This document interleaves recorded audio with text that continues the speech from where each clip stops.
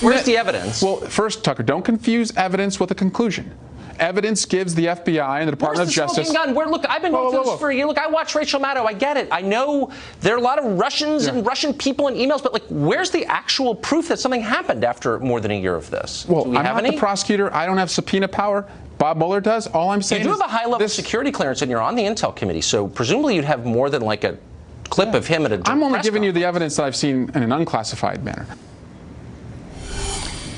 But there must be more classified that you're not allowed to see. We had a lively engagement with Congressman Eric Swalwell of California last night. We offered a half hour in order to see proof of Russian collusion, and there wasn't any.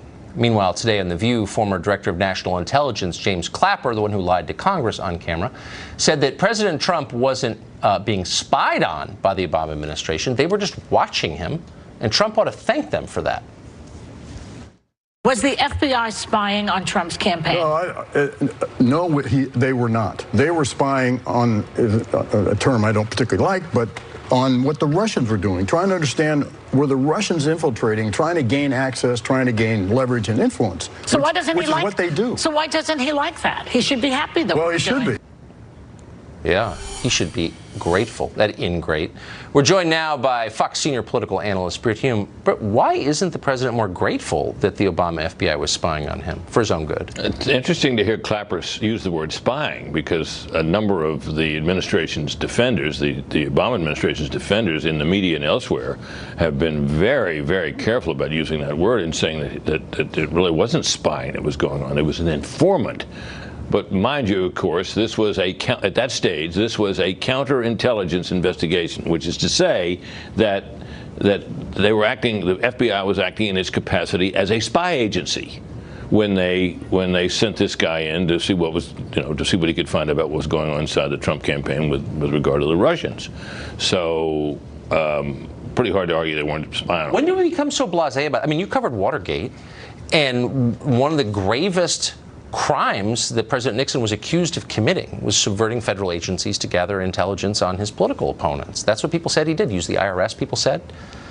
People were outraged by that. Journalists were outraged by that. Why aren't they outraged now? Well, because they rather like the Obama administration, and they cannot stand the ground Donald Trump walks on. That's really what this is about, the antipathy to him, and the sense in the media and elsewhere that his election constituted a national emergency, which all efforts should have been made to prevent, which nobody thought was going to happen, and when it did, everybody's heads exploded, and this is where we are. But wait, doesn't democracy die in darkness? Well, of course, but there is this.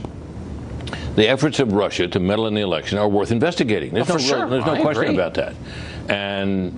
But if you are beginning to insert yourselves into somebody's campaign and you're worried about protecting the campaign, as some apologists for the FBI have stated, what would you do? Wouldn't you then go immediately and say to the people in that campaign, look, we need to tell you this. This is you got a problem here. You got the Russians trying to penetrate you here.